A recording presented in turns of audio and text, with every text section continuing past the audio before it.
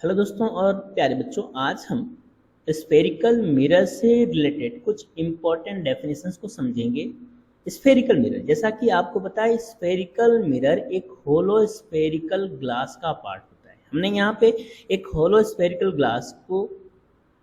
Glass का example ले रखा है। मैंने इससे प्रीवियस वीडियो में आपको कॉन्वेक्स और कॉनकेव मिरर के फॉर्मेशन के बारे में समझाया था। मैं थोड़ा सा हिंट दे देता हूँ, फिर इसके बाद हम अपने कंसेप्ट की तरफ बढ़ते हैं।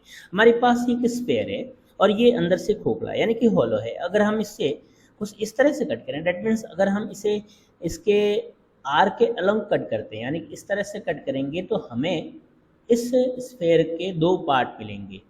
इस स्फेयर के हमें दो पार्ट मिलेंगे और इन दोनों पार्ट को हमें कलर करना है। अगर मान लीजिए इस पार्ट को, इसको हम कार्वेचर कहते हैं, और कार्वेचर के बल्बिंग आउटसाइड को अगर हम कलर कर देते हैं, यानी कि इस पार्ट को अगर कलर कर देते हैं, तो ये जो कलर पार्ट है इसके ठीक अपोजिट डायरेक्शन में, यानी कि इस डायरेक्शन में, ये जो डायरेक्शन है ये कहलाएगा रिफ्लेक्टिंग सरफेस। तो यहाँ पे रिफ्लेक्टिंग सरफेस इनसाइड होगा कॉनकेव के अंदर, जबकि कॉन्वेक्स में हम कलर करते हैं बल्गिंग इनसाइड वाले पार्ट को। इसका रिफ्लेक्टिंग सरफेस हमेशा बल्गिंग आउटसाइड होता है, यानी कि बाहर की तरफ होगा। तो इसके बारे में हम प्रीवियस वीडियो में डिस्कशन कर चुके हैं। अब यहाँ पे हम बात करेंगे ये डिफरेंट जो हमारे पास डेफिनेशन दिख रही है इनके बारे में, ये क्या होती हैं, इसको कैसे रिप्रेजेंट करते हैं। सबसे पहले हमें पता है कि कॉनकेव या कॉन्वेक्स दोनों ही मिरर एक स्फेयर के पार्ट होते हैं। कॉनकेव या कॉन्वेक्स दोनों ही मिरर एक स्फेयर के पार्ट होते हैं। तो इस स्फेयर का कोई ना कोई एक सेंटर तो होगा, क्योंकि सेंटर को हम यहाँ पे सेंटर ऑफ कार्वेचर कह सकते हैं। सी है कार्वेचर, इसलिए कहते हैं कि हमारे पास जो ये मिरर दिख रहा है, जैसे कि ये एग्जांपल है कॉनकेव का, ये कार्वेचर यानी कि कर्व्ड पार्ट है। इसका एक कर्व्ड पार्ट है, छोटा सा एक आर्क लिया हमने, ये आर्क का पार्ट है, कार्वेचर कहलाता है। तो ये सी है, यानी कि ये सेंटर है स्फेयर का, यही इस मिरर का सेंटर ऑफ कार्वेचर कहलाएगा। ये जो मिरर है हमारे पास, ये मिरर है कॉनकेव, इसे हम लिख सकते हैं कॉनकेव मिरर। ये कॉनकेव का एग्जांपल है। अब सेंटर को लिखने से पहले हमें एक वर्ड को समझना पड़ेगा, वो है पोल।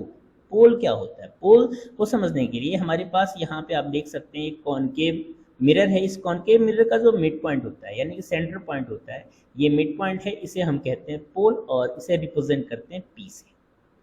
अगर इस पोल के साथ एक हॉरिजेंटल लाइन ड्रॉ की जाए, मैं यहाँ पे एक हॉरिजेंटल लाइन अगर ड्रॉ करूँ, इस तरह से मैं एक हॉरिजेंटल लाइन ड्रॉ करता हूँ, दैट इज, इसका नाम लिख देते हैं पहले, इसका नाम होगा ए बी। हम इसे ए बी कंसिडर कर सकते हैं।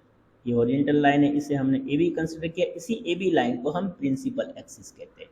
तो प्रिंसिपल एक्सिस को हम लिख सकते हैं, ये है ए बी। पोल समझ में आ गया, इसे हम पी से रिप्रेजेंट करते हैं, और ये सेंटर होता है किसी स्फेरिकल मिरर का।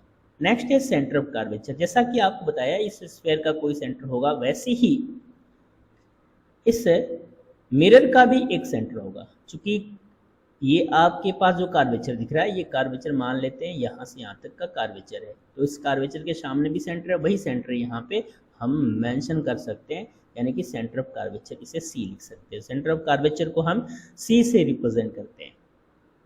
नेक्स्ट है radius of curvature. Radius of curvature C और पी के बीच की जो डिस्टेंस होती है, रेडियस ऑफ कार्वेचर स्फेयर के अंदर देख सकते हैं रेडियस होगा। अगर यदि हम सी को इसके स्फेयर से मिट कर दें, यानी कि सी को अगर हम इसके स्फेयर से मिट कर दें, तो ये रेडियस कहलाएगा। इसी तरह से सी को अब इस स्फेयर के ऊपर हम पी पॉइंट को कंसिडर कर सकते हैं। इसे समझने के लिए, इस डायग्राम को समझने के लिए हम यहाँ पे पी पॉइंट को कंसिडर कर सकते हैं। तो सी से पी की डिस्टेंस को हम रेडियस कहते हैं, इसलिए यहाँ जो डिस्टेंस होगी, इस डिस्टेंस को हम रेडियस ऑफ कार्वेचर समझ सकते हैं। ये रेडियस ऑफ कार्वेचर है, इसे हम लिख सकते हैं capital R. Radius of curvature को कैपिटल आर से रिप्रेजेंट किया जाता है। तो रेडियस ऑफ कार्वेचर को हम लिख सकते हैं capital R. Now focus point को समझने के लिए हम एक स्फेरिकल मिरर का एग्जांपल लेते हैं।